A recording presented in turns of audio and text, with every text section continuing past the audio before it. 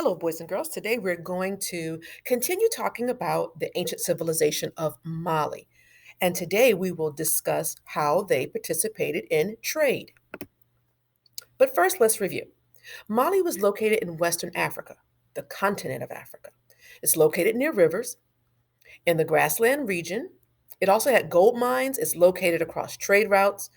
It's located near the Sahara Desert and near salt mines. So remember all of these things about the geography of Mali, continent of Africa. It has rivers. It also has a grassy area, grassland area, has two kinds of mines, gold and salt, and is also located near the Sahara Desert. Now let's review their economics. The people of ancient Mali mined for gold. They traded gold for salt in the Sahara Desert. They farmed and raised animals on the grasslands, and they used that salt for health reasons and preserving food. Now, let's take a look at this map, and we'll be looking at several other maps that can show us the trade routes.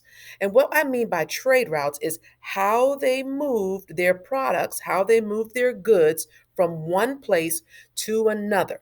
Because there are people who want the salt, and there's people who want the gold, and the other things, other farm things that they produce, and so it has to be moved. But remember, they're moving these things through deserts, they're moving these things through grasslands, through a very large portion of Africa. So ancient Mali's location was what made it a thriving trading empire in ancient times. Early Mali was a wealthy trading empire well before Columbus sailed to America. And it was located between two natural resources. Now, a natural resource is something that comes from nature. You can find it outside in nature.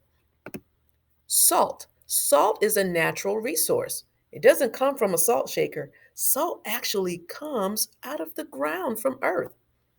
The other one is gold. Gold is also a natural resource, which also has to be dug out of the earth. So their salt mines and their gold mines lay across the trade routes in the Sahara Desert and in West Africa. So if you look at the map, you can see how the trade routes weave throughout Mali, and they bring traders from all over Africa to exchange their goods.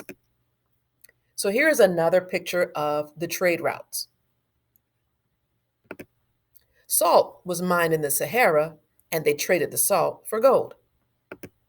Now, if we look in the south, the gold mines in the southwestern part of Mali were important for trade. So they're trading salt and they're trading gold. But you also see that they are farming things, basic stuff like onions, millet, tomatoes, and those kinds of things are also being traded. Now, where are they doing this trading? Oh, no, let me go back. How are they moving these things? So, camels were used on the trade routes to carry goods. Because remember, in this area up here, this is the Sahara Desert. Now, Djenné and, let me go back one.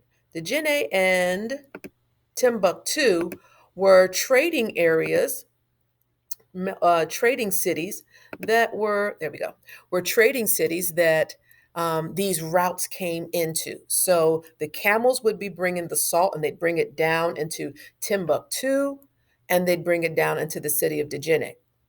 Then they would also have camels and other things, people bringing in the gold from the southwestern area, and they would meet in the middle. And Timbuktu and Djenné were very important trade cities. People would go and trade all of their goods. Timbuktu was also a very, very important city. Not only was it an important city for trading, but it had the first university or college, the first college in the world.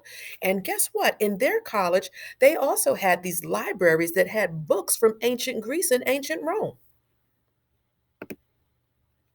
In ancient Mali, we talked about those two main natural resources that they specialized in, gold and salt. The people in regions specialize because they cannot produce everything they want. A specialization is when people focus on making a certain good or service. When there is a specialization, it creates a want to trade because people want goods and services they do not have. We're going to watch this quick video about the salt trade so you can see exactly what was going on. The salt tablets are loaded on the camels as the people prepare to head out. They will spend about 14 days heading south to Timbuktu.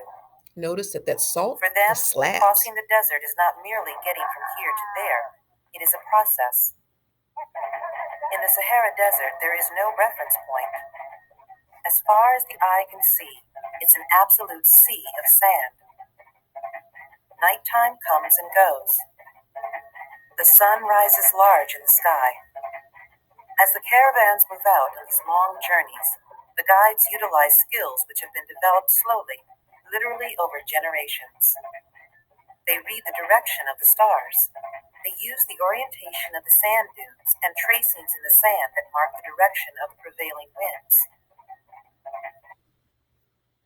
So, did you notice that the salt look like big old blocks?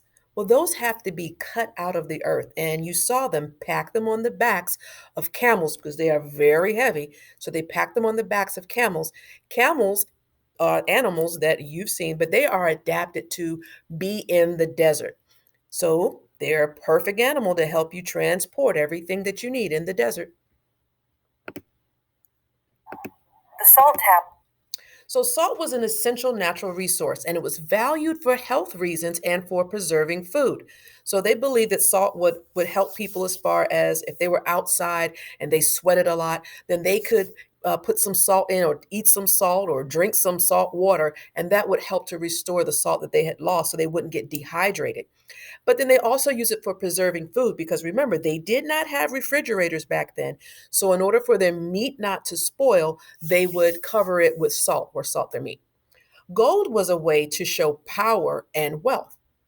Think about salt and gold now. Would you trade a gold ring for a pile of salt? Probably not. But back in ancient Mali times, salt was not as easily available as it is today. So that made it very valuable. So therefore, it was able to be traded for gold. Now, let's review. The people of ancient Mali mined for gold, which means their human resource was they were miners. They traded gold for salt in the Sahara Desert. Again, their human resource. A human resource are the jobs that people specialize in. So the human resources were miners and traders, but remember, they also farmed and raised animals on the grasslands. So they have three human resources: miners, traders, and farmers. They also use salt for health reasons and preserving food. Now, let's remember these two terms here: natural resources. Those are materials that come directly from nature. Example of water: water comes from nature, soil comes from nature, wood comes from nature, coal comes from nature. And today we learn that salt and gold also come from nature. And our last term is human resource. Human resources, those are the people working to produce goods and services. These are the jobs that people have. So now that you learned all of this about the trade in ancient Mali, let's go ahead and take your exit ticket.